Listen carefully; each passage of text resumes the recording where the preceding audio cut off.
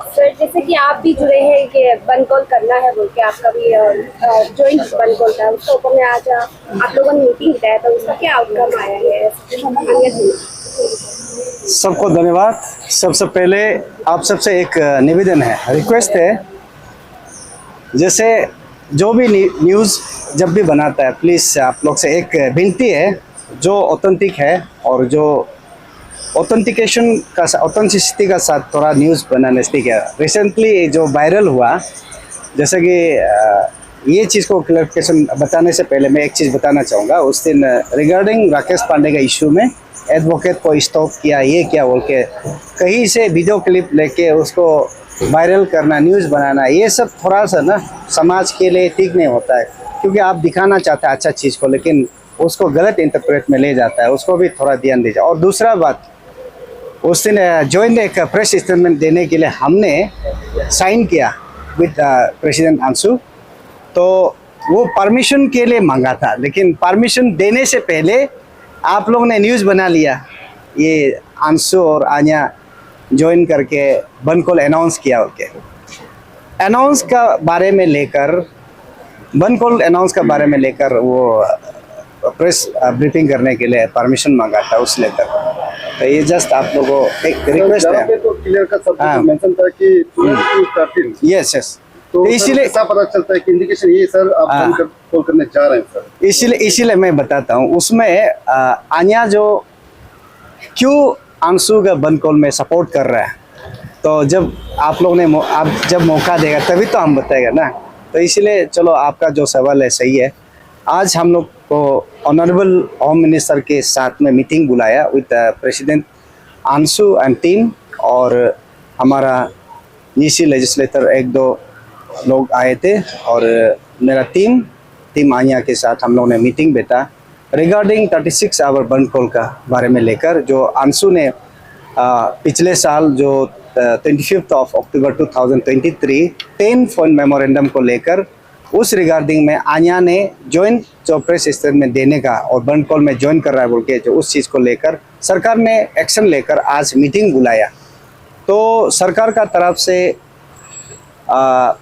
Led by honourable minister home अच्छी मामा नातुंग जो assurance दिया है कि जो अंशु का जो डिमांड है उसको जो पॉइंट है उसको, मतलब कुछ चीज़ है उसको, जो नीसी सेंट्रिक इशू है और नीसी ओरिएंटेड इशू है, उस चीज़ को एड्रेस करेगा, रिड्रेस करेगा और एश्योरेंस दिया है। और दूसरा बात, अंशु प्रेसिडेंट उस जो इशू में जो बात करते समय अंशु प्रेसिडेंट का जो अपना स्टेटमेंट है आप लोगों ने पूछा होगा, और इस विषय में हमने विटनेस किया, हम भी अपना जो व्यू किसलिए अंशु का बन कॉल को सपोर्ट किया उस बारे में मैंने स्टेटमेंट दिया।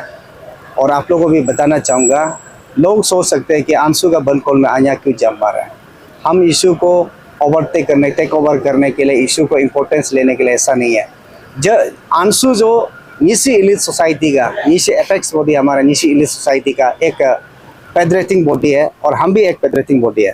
तो जब दूसरा पेडरल बॉडी जो हमको इनविटेशन करता है, अपील करता है कि बन कॉल को सपोर्ट करने के लिए, तो हमने ज्वाइन हाँ बोल के हमारा एग्जीक्यूटिव मेंबर्स के साथ हम लोग ने डिसाइड किया, चलो यस हम लोग बन कॉल में साथ देगा बोल के हमने डिसाइड किया था।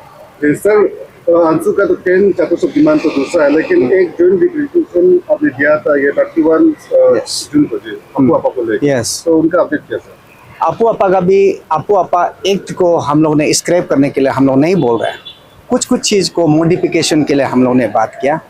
तो अपू आपा का ऐसा है, अपू आपा को एक्चुअली बोलने से पब्लिक प्रॉपर्टी का जो भी जो सरकार का या जो पब्लिक का होता है, तो उस चीज़ को प्रोटेक्शन करने के लिए ये एक्ट बना है, लेकिन उसको कहीं ना कहीं कभी ना कभी गलत इस्तेमाल करके, जैसे हम लोग प्रोटेस्ट करते हैं, प्रोटेस्टर का ऊपर में जो डेमोक्रेटिक मूवमेंट करते हैं उन लोगों का, एक्टिविस्ट का ऊपर में गलत इस्तेमाल करते हैं। इसलिए कुछ जो आर्टिकल्स है, कुछ एक्ट है उसको मॉडिफाई करना है बोल के हम लोग ने ये सरकार को मेमोरेंडम सबमिट किया। तो सरकार ने एश्योरेंस किया कि उसको स्टडी करके जो लो एक्सपर्टाइज लोग का साथ में बात करके उसको एड्रेस करेगा वो।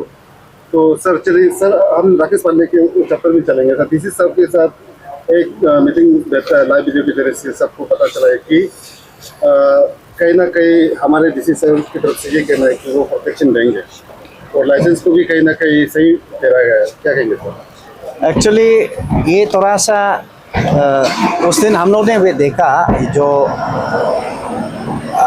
फेसबुक का माध्यम से लाइव में कोई लोग बता रहा था राकेश पांडे अभी तक सही है वो तो खुद जाके सही बताया ना।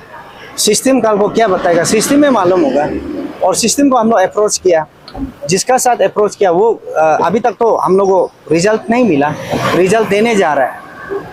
कौन सा स्टेज में सर? फाइनल स्टेज में वो उस दिन आईएमसी में हम लोग को हियरिंग बुलाया था 29 जुलाई, तो उसमें क्लियर का 2 दिन का रिजल्ट को मतलब जो ऑर्डर को रिजर्व करके रखा था तो वो पार हो गया।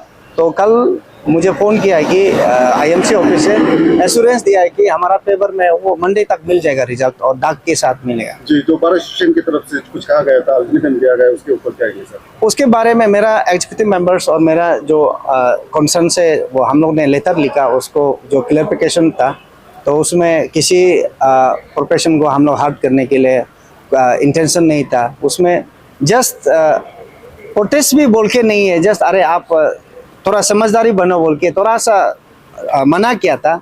और उस प्रोसेस में तो एडवोकेट को तो हम लोग मना नहीं किया अंदर घुसने के लिए, अंदर घुस के अपना प्रोसेस किया, प्लीड किया जो करना था उन बिहाफ ऑफ राकेश पांडे। तो इसलिए इसमें थोड़ा सा, इसलिए मैंने पहले शुरू में बोला कि ये थोड़ा सा आप लोग का जरिए से जो न्यूज़ थोड़ा बना दिया था तो किसी ना किसी पर्सनल को हर्ट हुआ और किसी ना किसी ऑर्गेनाइजेशन को जैसे कि bar association of Papum Pare district को हर्ट हुआ, उसको हम लोग क्लैरिफिकेशन दे दिया। और उसको अगर हर्ट हुआ तो सॉरी ना, क्योंकि हम लोग कोई इंटेंशन नहीं था कि एडवोकेट को हम लोग ऐसा करना वैसा करना, और हाथापाई भी असॉल्ट भी कुछ भी नहीं किया।